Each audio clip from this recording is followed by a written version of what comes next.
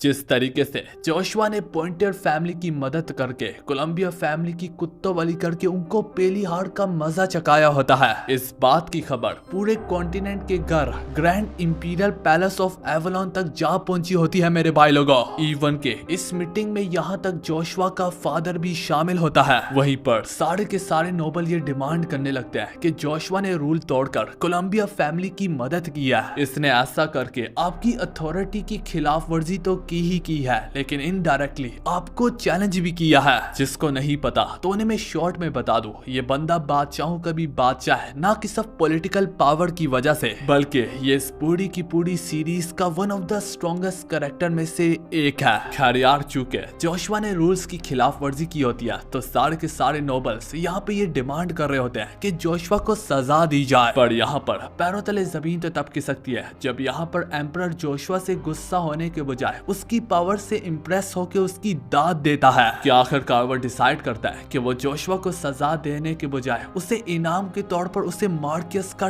Title देगा। जो सब सुनते सारे यहाँ पर सबसे पहले जोशुआ के अपने फादर ही काफी ज्यादा हैरान हो जाते हैं, क्योंकि मार्कियस का टाइटल ड्यूक से खाली एक रैंक ही पीछे होता है। जबकि फाइनली वो घड़ी हम सबके सरों पे टूट आती है, जहाँ पर जोशुआ और बारबेरियन एक दूसरे के आमने सामने खड़े होते हैं। जोशुआ इस लम्हे को जाया नहीं होने देता। वो फौरन से king of mercenary, one of 12 super human में से एक बारबेरियन को चैलेंज करता है। और जब एक तरफ लड़ाई शुरू होने की ही देर होती है कि पैरों तले जमीन तो तब खिसकती है कि यहाँ पर बारबेरियन अपने पहले ओरा से जोशुआ पे पूरे तरीके से बाड़ी पड़ जाता है। हाँ दोस्तों, ये देखकर यहाँ तक केन और इग्रेस भी काफी ज्यादा घबरा जाते हैं। बारबेरियन के ओरा ने पूरे तरीके से जोशुआ के ओरा को सप्रेस कर दिया होता है, जो देखकर केन इसी परेशानी से तो कहने लगता है आखिर जोशुआ कैसे इस बंदे के खिलाफ जीतेंगे जो कि इतने बड़े माना पावर का मालिक है। तो हाँ यार, अब दोनों के बार जैसे तैसे करके टकराते ही है, हम हर तरफ बस तबाही तबाही देख पाते हैं।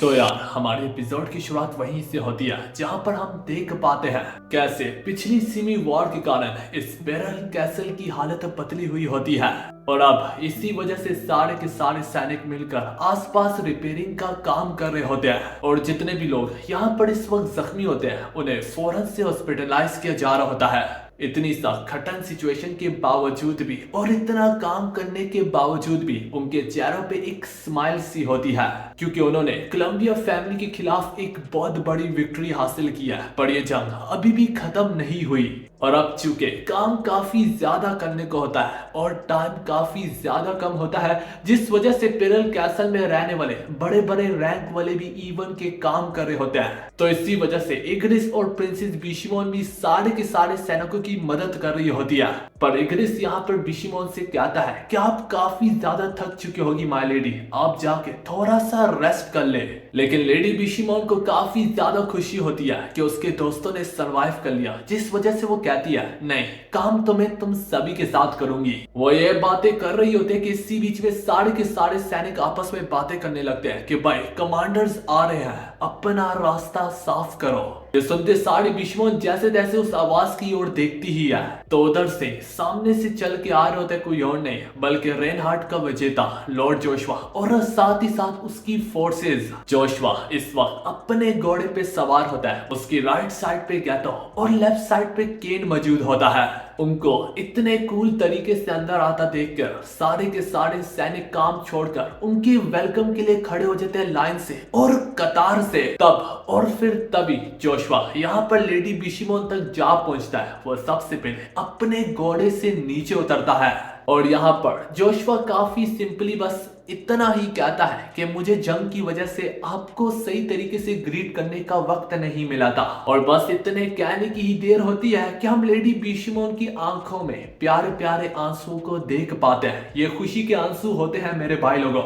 जोशुआ यहाँ पर लेडी बिशिमोन से मिलना ही होता है कि पीछे वो नोटिस करता है कि एक सैनिक अचानक से अपनी तलवार को बाहर निकालता है अपने कवच में से। हाँ दोस्तों, शायद से वो जोशुआ सेंटर पे अटैक करने वाला होता है, पर ऐसा तो सब हमने सोचा था। वो यहाँ पर काफी प्राउडली अपनी तलवार को हवा में लहराते हुए कहता है, ऑल हेल जोशुआ। क्या तुम्हें पता है कि इसका क्या मतलब है? इसका ये मतलब है कि जोशुआ की जय हो। और इसके बाद हम देख पाते हैं सारे के सारे सैनिक कैसे वहां पर जोशुआ के नारे लगाने लगते हैं। तो दोस्तों ये कहना गलत नहीं होगा, रेनहार्ड का विजेता अब पूरे तरीके से पॉइंटर फैमिली के लिए एक हीरो बन चुका है।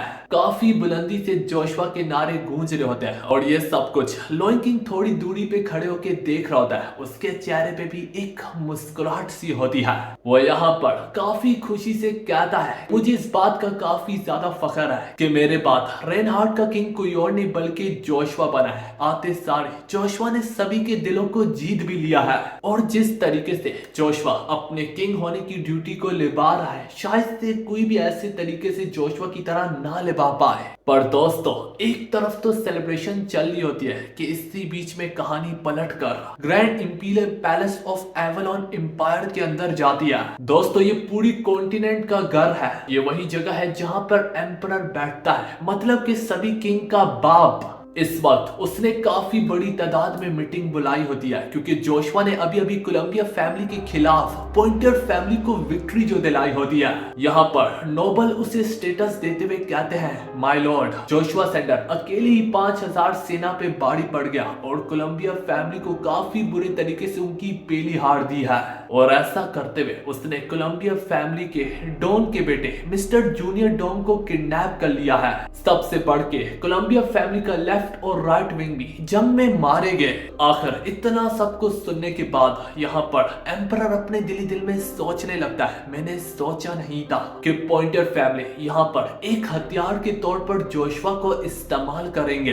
कि तभी देखते देखते यहाँ पर एक नोबल जो कि ब्रूल फैमिली का हेड होता है, वो यहाँ पर अपनी आवाज को उठाते हुए कहता है, माय लॉर्ड हमें जोशुआ सेंडर को सजा देनी चाहिए, उसने आपके रूल्स की खिलाफ वर्जी की है। तो यार अगर किसी को समझ में नहीं आई तो मैं उन सभी को बताता चलूं, जोशुआ यहाँ पर पॉइंटर फैमिली के साथ मिलकर कोलंबिया फैमिली को हरा रहा है। लेकिन दोस्तों चाहे भले ही वो फिर पॉइंटर हो या फिर कोलंबिया हो, वो सारे के सारे इसी एम्परर के अंडर आते हैं और यही सबका बाप है। लेकिन जंग की सूरत में ये किसी के साथ मदद नहीं करता। तो ये कहना गलत नहीं होगा कि ये सारे के सारे किंग्स का बाप है। तो यहाँ पर एम्परर ने एक सिंपल रूल रखा था कि पॉइंटियर और कोलंबिया फैमिली की लड़ाई के बीच में कोई दूसरा बंदा नहीं आएगा। इसी वजह से तो ब्रूल फैमिली का हेड चिल्लाते हुए कह रहा है कि जोशुआ ने इस रूल को तोड़ दिया। वो रेनहार्ड का विजेता होते हुए पॉइंटियर फैमिली की मदद कर रहा है। दोस्तों इन्हीं सारे नोबल्स के बीच में यहाँ पर जोशुआ का फादर भी मौजूद होता है, जिस वजह से यहाँ पर एम्परर जोशुआ के फादर आर्डन से पूछता भी है कि तुम इस बारे में क्या सोचते हो, तुम्हारे अपने बेटे ने इस रूल को तोड़ा है। तुम्हारा बेटा रेनहार्ड का किंग बनते सारे फौरन से कोलंबिया फैमिली पे टूट पड़ा, जूनियर डॉन को किडनैप किया, राइट और लेफ्ट विंग को भी मार गिराया। और चूंकि ये रूल्स मैंने सेट किए थे, इसका ये मतलब है कि जोशुआ मेरे खिलाफ भी जैसे कि जाने की कोशिश कर रहा हो। जोशुआ के फादर ड्यूक आर्डन के पीछे से फिफ्थ ड्यूक यहाँ पर बोलने लगता है, मैं तो कहता हूँ कि जोशुआ को इस बात की सजा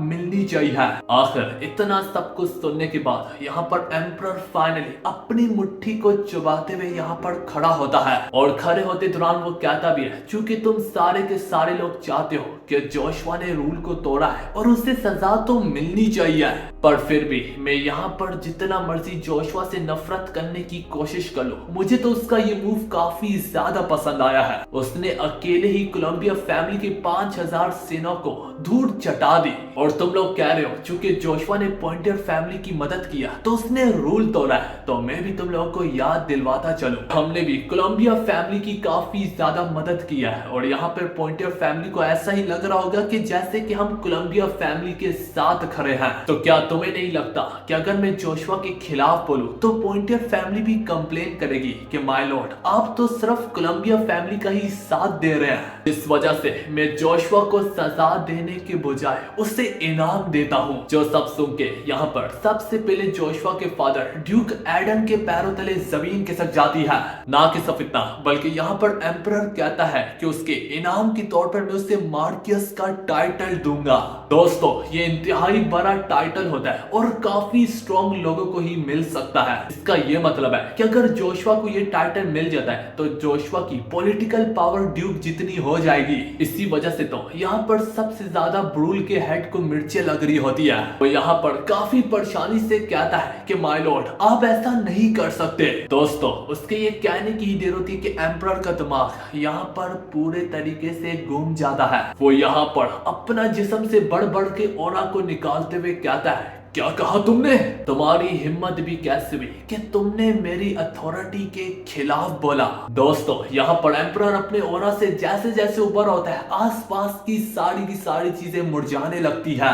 एम्परर आगे कहता है, आज के दम से और आज के बाद से पॉइंटर और कोलंबिया फैमिली की लड़ाई के बीच में कोई दूसरा नोबल नहीं पड़ेगा। दोस्तों उसके वर्ड्स, उसके शब्द पूरे तरीके से एब्सोल्यूट, डोमिनेंट और पावर के होते हैं। उसके आगे, उसके अल्फाजों के आगे, उसके शब्दों के आगे जो कोई भी जाने की कोशिश करता है वो वहीं पर मारा जाता है। इसी वजह से ब्रूल फैमिली के हेड की हालत यहाँ पर काफी ज्यादा पतली हो जाती है। एम्परर यहाँ पर सभी को जाने के लिए कहता है सवाए जोशुआ के फादर आर्डन ड्यूक को छोड़कर। कहानी दोबारा से पिरल कैसल की ओर जाती है जहाँ पर हम लॉयन किंग को बढ़ बढ़ के खाना को एंजॉय करता हुआ देख पाते हैं। वो यहाँ पर काफी खुशी से बोलता है, मैंने तो सोचा नहीं था कि पॉइंटर फैमिली मुझे बढ़ बढ़ के इतना ज्यादा और मजेदार खाना देगी। तो आगे से शेफ कहता है, जाहिर सी बात है आपने जोशुआ फैमिली को कोलंबिया फैमिली की फोर्सेस को हराने में मदद की है, आखिर इतना तो हम कर ही सकते हैं। पर तभी यहाँ पर जोशुआ एंट्री मारते हुए कहता है, मेरे ख्याल से आपको गलत फहमी हुई है, ये बंदा सब मुर्गी ठूसने के अलावा मेरी कोई भी मदद नहीं करता।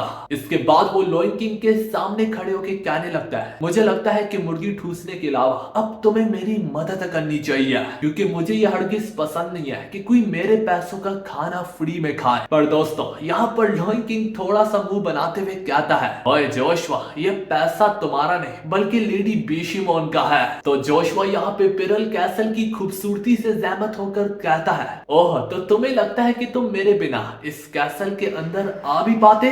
दोस्तों आखिर इतना सब कुछ सुनने के बाद यहाँ पर लॉयन किंग को काफी ज्यादा तप चढ़ने लगती है और जोशुआ को मजा आने लगता है। लॉयन किंग आगे से कहता है कि मुझे इस खाने की कीमत कैसे देनी होगी। तो जोशुआ आगे से कहता है कि तुम्हें मेरी जीत का फैसला करना होगा। जोशुआ यहाँ पर कहता है कि मैंने मर्सनरी किंग बारबेरियन को चैलेंज करके पिरल कैसल के अंदर बुलाया है, वो जल्दी आता ही होगा। तो मैं जब उसके खिलाफ लड़ूं और जो भी जीतेगा मैं चाहता हूँ कि तुम उसको अपनी आंखों से देखो और सभी को बताओगे कि कौन जीता। दोस्तों आम शब्दों में जोशुआ यहाँ पर उसे जज बनने के लिए कह रहा है। इसका यह मतलब है कि दोनों के बीच में से कौन जीतेगा इस बात का फैसला कोई और नहीं बल्कि लॉयन किंग करेगा। जोशुआ आगे कहता है कि हमारे पास ऑलरेडी काफी लोग मौजूद है, लेकिन हमें भीड़ चाहिए और जो भीड़ भी हमें देखने आए मैं चाहता हूँ वो पैसा बटोले। पर आखिर इतनी आसानी से कोई पैसा बटोरने के लिए तैयार कैसे होगा? लेकिन अगर तुम मेरे जज बन जाते हो, तुम 12 सुपर ह्यूमन में से एक हो और तुम्हारा टाइटल काफी ज्यादा बड़ा है, हर कोई पैसा देने के लिए तैयार हो जाएगा। लॉयन किंग इस पर 2 शर्तें रखता है। एक शर्त तो ये होती है कि तुम फ्यूचर में मेरे लिए कोई काम करोगे जो कि मैं जल्दी तुम्हें बताऊंगा, और दूसरी शर्त तुम्हारी ये है कि तुम मेरे सक्सेसर बनोगे, मतलब कि मेरी गद्दी को संभालोगे। तो वो जोशुआ को ये कह रहा है, मैं जैसे ही रिटायरमेंट लूंगा 12 सुपर ह्यूमन के टाइटल में से तो मेरा टाइटल सीधा तुम्हें जाना चाहिए। तो यार यहाँ पर जोशुआ के पास कोई दूसरा चारा नहीं होता, ऊपर से 12 सुपर ह्यूमन का टाइटल आखिर किसको नहीं चाहिए होगा, जिस वजह से जोशुआ यहाँ पर डील को डन करता है। तो यार कहानी अब पलट के क्रम्बल कैसल के अंदर डॉन और बारबेरियन पे जाती है, जहाँ पर डॉन को काफी ज्यादा गुस्सा होता है अपनी पहली हार के ऊपर। तो इसी बात पर बारबेरियन उसे कहता है कि मुझे अपनी सल्तनत के अंदर पूरा कंट्रोल दे दो। बारबेरियन उसे समझाता है कि अगर तुम चाहते हो कि इंटरनेशनल लेवल पे तुम्हारी नाक ना कटे तो तुम्हारे हक में यही बेहतर है कि तुम सारा का सारा कंट्रोल आज के बाद से मुझे मुझे दे दो। वो उसे बताता है कि मैंने मर्सनरीज को यहाँ पर पहुंचने का ऑर्डर दिया है, जल्दी यहाँ पर 2000 मर्सनरी की सेना हाजिर होगी। बारबेरियन उसे इस बात का एहसास दिलवा देता है कि मैं अपनी तरफ से पूरी कोशिश कर रहा हूँ और जब मैं किसी चीज को लेके पूरी कोशिश करता हूँ तो उसमें मैं हमेशा से कामयाब ही होता हूँ। इसी वजह से तो वो कहता है कि टेरिटोरियल वार के अंदर मुझे पूरा पूरा कंट्रोल दे दो और बदले में मैं पूरी विक्ट्री तुम्हारे हाथ में रखूंगा। ऊपर से वो उससे याद दिलवाता है कि जोशुआ ने तुम्हारे बेटे को भी अपने कब्जे में कर रखा है। डॉन यहाँ पर काफी गुस्से से कहता है कि उसी कमीने की वजह से ही तो हम अपनी पहली हार को हारे हैं। मुझे उसकी परवाह नहीं है, लेकिन दोस्तों डॉन को इतना तो मालूम होता है कि वो अब इस पॉइंट पर कुछ नहीं कर सकता, जिस वजह से वो अंदर ही अंदर गुस्से से पागल होते हुए और अपने दिल पे पत्थर रख के सारा का सारा कंट्रोल बारबेरियन को यहाँ पर दे देता है। वो इससे कंट्रोल एक ही शर्त पे देता है कि मैं चाहता हूँ कि तुम जोशुआ को बहुत बुरे तरीके से मारो और उससे घसीटते हुए उसकी बॉडी को मेरे पास ले आओ। मैं उसे खुद लटका के उसकी जान को अपने हाथों से नोचूंगा। दोस्तों उसे जोशुआ पे कितना ज्यादा गुस्सा है वो तो हम उसके चेहरे को देख के ही अंदाजा लगा सकते हैं। तो बारबेरियन एक मुस्कुराहट के साथ कहता है मैं आज तक कभी भी एक बैटल भी नहीं हारा और ना कि कभी हारूंगा। तो क्या तुम्हें वाकई में लगता है कि जोशुआ जैसा नौसिखिया मेरे खिलाफ कुछ कर भी पाएगा? मैं जल्द ही जोशुआ को पहली बार नाउमीदी का एहसास दिलवाऊंगा जो कि उसने कभी भी महसूस नहीं किया होगा।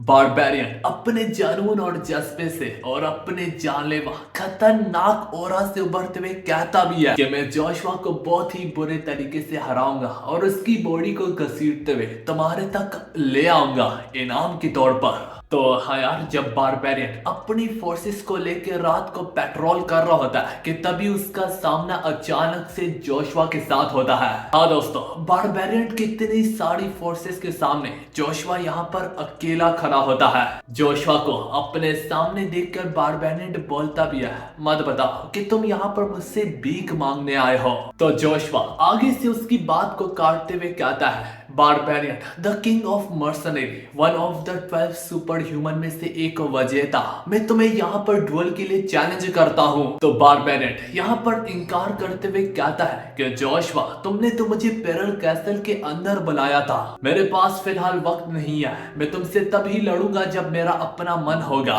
पर तभी हम पीछे से लॉइन किंग को देखते हैं जो कि एक लंबी सी छलांग लगाकर यहाँ पर एंट्री मारता है एक दमदार तरीके से। तो यहाँ पर उतरते सारी कहने लगता है lion king barbarian the king of mercenary, तुमसे मिले हुए काफी ज्यादा वक्त हो चुका है मुझे। उसे यहाँ पर देखकर बोलने लगता है ओ हाँ, मुझे तो याद आया कि जोशुआ तो रेनहार्ड का विजेता बन चुका है जिस वजह से तुम भी उसके अंडर आते हो। तो क्या इसका मतलब मैं ये समझूं कि तुम भी पॉइंटियर फैमिली के पीछे से मदद करते हो? और अगर तुम पॉइंटियर फैमिली के साथ मिल के लड़ रहे हो तो मेरे ख्याल से तुम यहाँ पे फ्री नाइट अलायंस को रिप्रेजेंट कर रहे हो। तो दोस्तों अगर आप लोग सोच रहे फ्री नाइट अलायंस क्या होता है, दोस्तों फ्री नाइट अलायंस एक ऐसा ग्रुप है नाइट्स का जो कि मुख्तलिफ कॉन्टिनेंट में ट्रैवल करते हैं और वो किसी की भी साइड से लड़ सकते हैं। और जैसे कि उनके नाम से पता चलता है कि वो एक फ्री नाइट है, जिसका ये मतलब है कि उन पर किसी भी किस्म का कानून का कोई मायने नहीं होता। उनकी अपनी मर्जी होती है कि वो किसी की भी साइड से लड़ सकते हैं और लॉइन किंग उन्हीं फ्री नाइट में से एक नाइट है।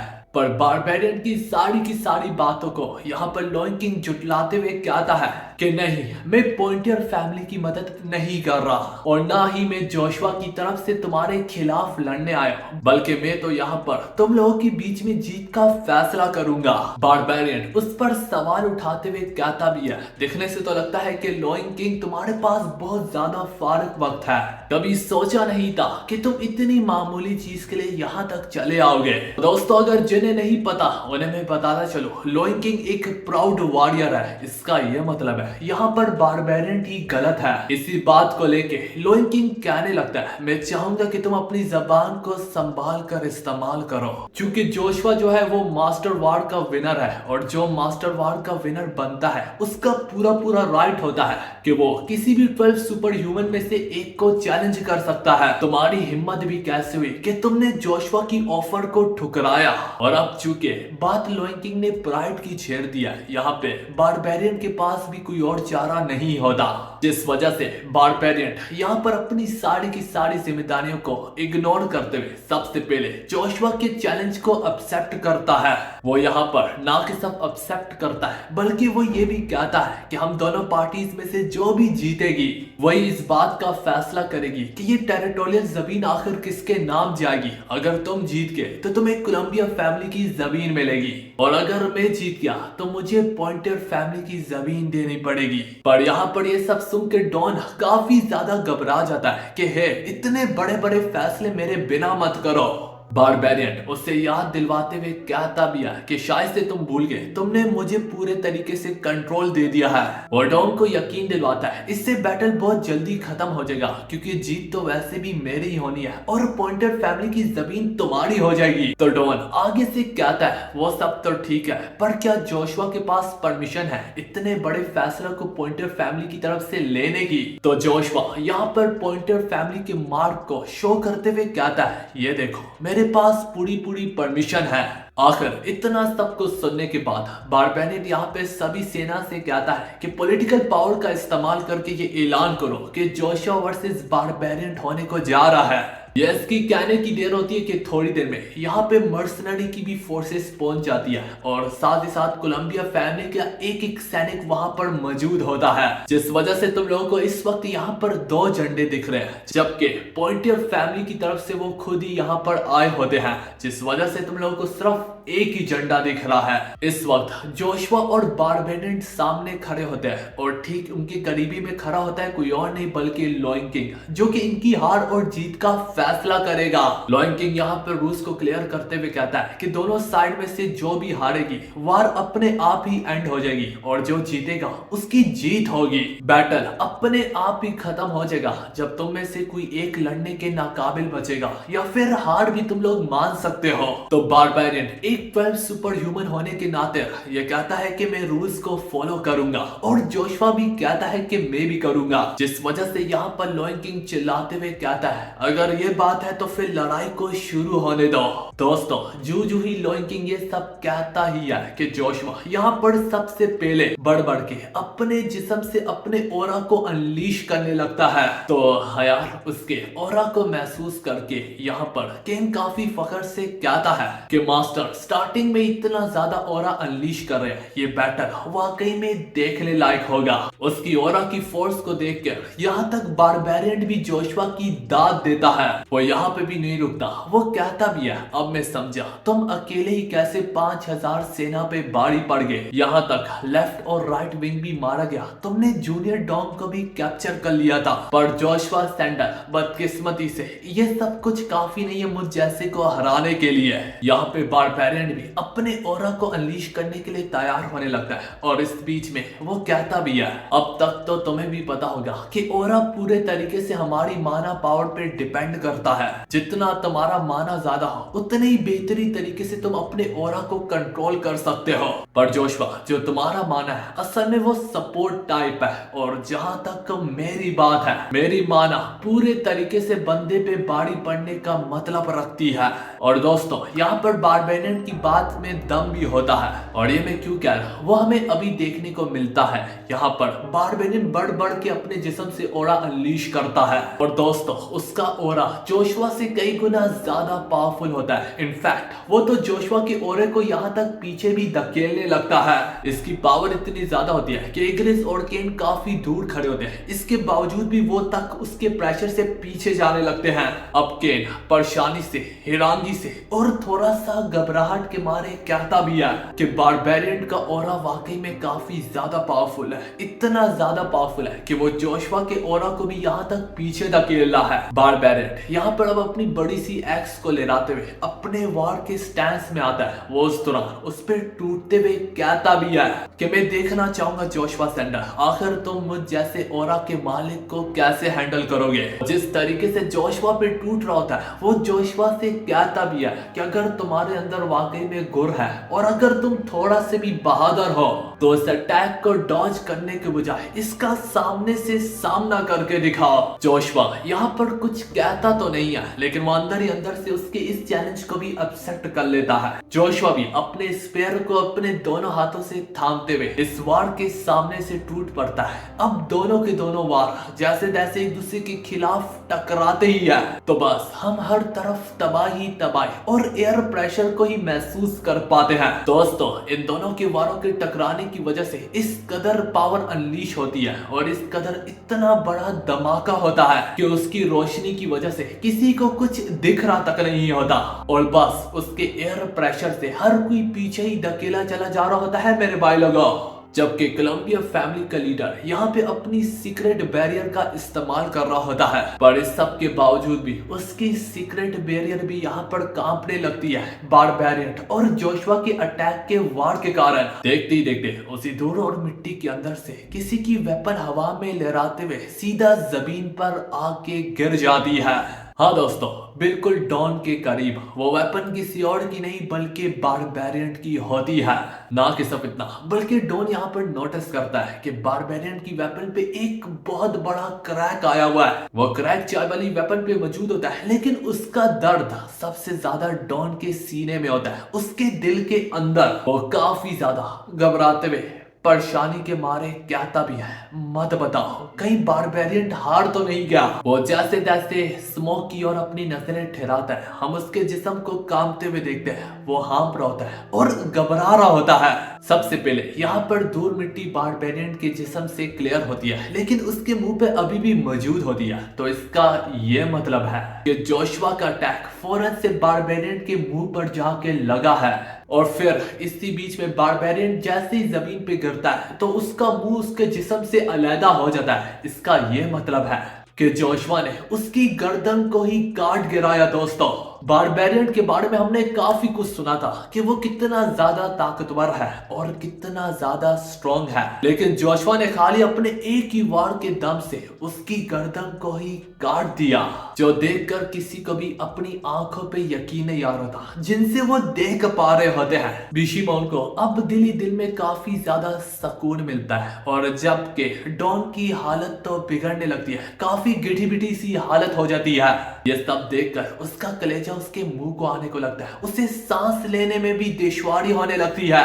तो दोस्तों, जोशुआ ने इतनी आसानी से उसे हरा डाला। ये सब देखकर पॉइंटर फैमिली काफी ज्यादा खुश हो जाती है कि जंग तो बारबेरियन के गिरते सारी वहीं पर खत्म हो गई, क्योंकि दोस्तों यही तो रूल्स थे। पॉइंटर फैमिली का एक एक मेंबर काफी खुशी से कहता भी है कि फाइनली हमारी खोई हुई जमीन हमें वापस मिल जाएगी और साथ ही साथ कोलंबिया फैमिली की अपनी जमीन भी। पर अब बात तो ईगो पर आती है। डॉन यहाँ पर अपनी हार को कबूल करने के लिए तैयार ही नहीं होता। वो यहाँ पर चिल्लाते हुए कहता है कि तुम्हें क्या वाकई में लगता है कि बारबेरियन के गिरने से तुम लोग जंग जीत चुके हो? वो यहाँ पर बहाने बनाते हुए कहता है कि टेरिटोरियल वार का तो सुपर ऑफ ह्यूमन की बैटल से कुछ भी लेना देना नहीं है। हमारी जंग तो पॉइंटर और कोलंबिया फैमिली के बीच में है, तो आखिर जोशुआ के जीतने से क्या ही फर्क पड़ता है।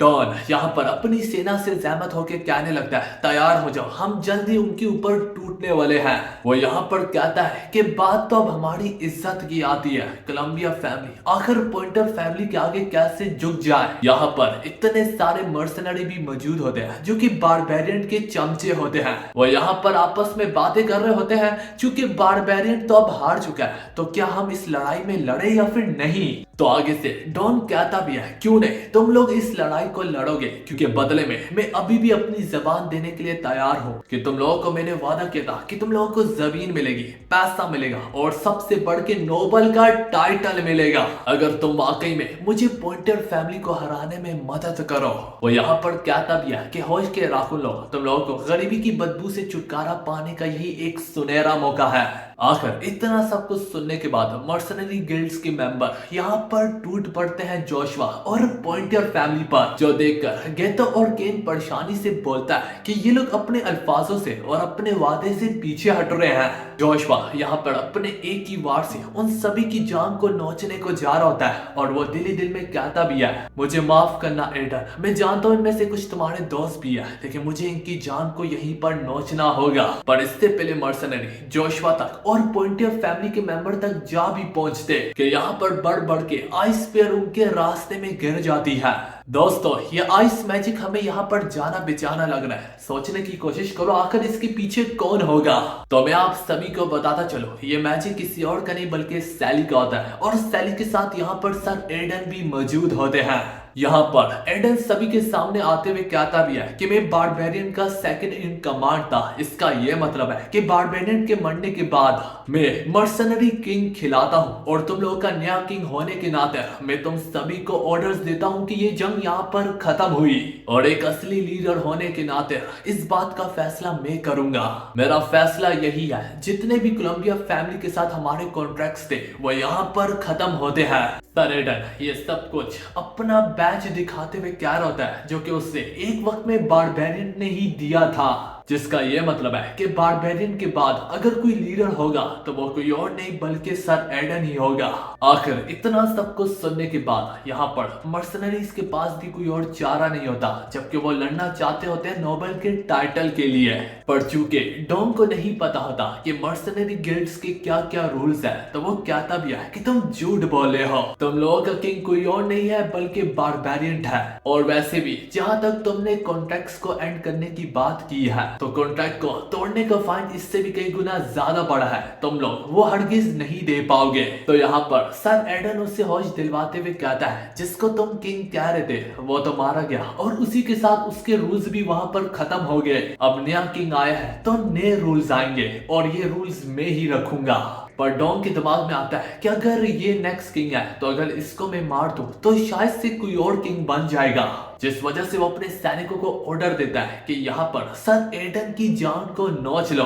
उसके सैनिक जैसे तैसे करके यहाँ पर उसे मारने के लिए आगे ही बढ़ रहे होते हैं कि यहाँ पर सैली अपने मैजिक का इस्तेमाल करते हुए दीवार बना देती है। जिस वजह से डॉन कहता भी है कि तुम कितने ज्यादा बुज़दिल हो, एक लड़की के पीछे छुपते हो जिसके पास कोई खास टाइटल तक नहीं है। पर ये सब सुनकर सैली को काफी ज्यादा तप चढ़ने लगती है। वो दिल ही दिल में कहती है कि इस कमीने ने मेरे साथ क्या कुछ नहीं किया और अब ये मेरी शक्ल तक बुला चुका है, इसको मैं कभी माफ नहीं करूंगी। इस कुत्ते के बच्चे को मैं अपने हाथ से मारूंगी।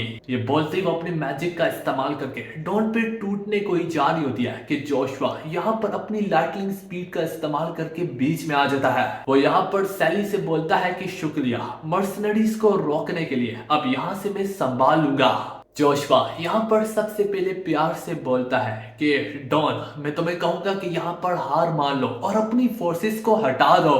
जस्ट बिकॉज कि तुमने बारबेरियन को मार दिया इसका यह मतलब नहीं है कि मैं पीछे हट जाऊं। तो जोशुआ अपने ओरा से उभरते हुए कहता भी है कि तुम कितने ज्यादा पागल हो, तुम सारे मिल के भी बारबेरियन का कुछ बिगाड़ नहीं पाते थे और बारबेरियन को तो मैंने सब अपने एक ही वार के दम से मार गिराया। तो क्या तुम्हें वाकई में लगता है कि तुम्हारी सेना मेरा कुछ बिगाड़ भी पाएगी? हार मान लो। और जोशुआ की बात में दम भी होता है और उसका ओरा महसूस करने के बाद सैनिकों की गीली हो जाती है। उनका हाथ और उनके कदम उनका साथ नहीं दे रहे होते, जिस वजह से उनके अपने हाथ ही उनके खिलाफ जाते हुए तलवारों को गिरा देते हैं। ये सब देखकर डॉन की गीली हो जाती है। वो कहता भी अपने सैनिकों से, ये क्या मुझसे गद्दारी? ये सब कुछ एक गद्दारी की नजर से देखा जाएगा तो मैं कहता हूँ अपनी तलवारें उठाओ और टूट पड़ो इस पर। तो जोशुआ यहाँ पर पीछे से कहता है कि अब तक तो तुम भी समझ चुके होगे कि तुम मेरा कुछ भी बिगाड़ नहीं सकते, लेकिन अब चूंकि बात तुम्हारी ईगो की आती है तो मैं तुम्हें एक ऑफर देता हूँ।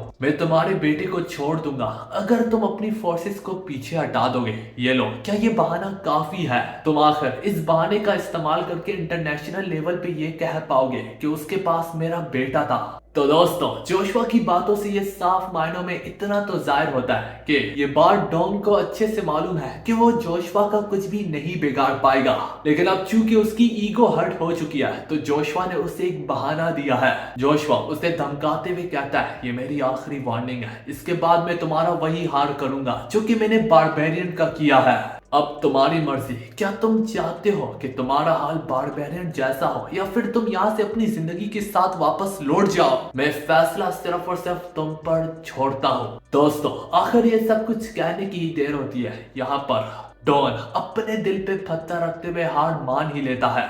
दोस्तों फाइनली जोशुआ ने इसके गरूर को तोड़ डाला और यही मेरा इस चीज का फेवरेट पार्ट था। इस पूरी वीडियो में मुझे ये सबसे ज्यादा पसंद आया कि कैसे जोशुआ ने सिर्फ अपने एक ही वार से बारबेरियन को मार गिराया। दोस्तों हमने कितना कुछ सुना था कि बारबेरियन कितना ज्यादा पावरफुल है, लेकिन जब वो जोशुआ के सामने आया जोशुआ का एक वार ही काफी था उसकी गर्दन को उड़ाने के लिए। तो दोस्तों फिलहाल के लिए खुदा हाफिज कहूं या फिर नमस्ते, जाना तो मुझे पड़ेगा ही।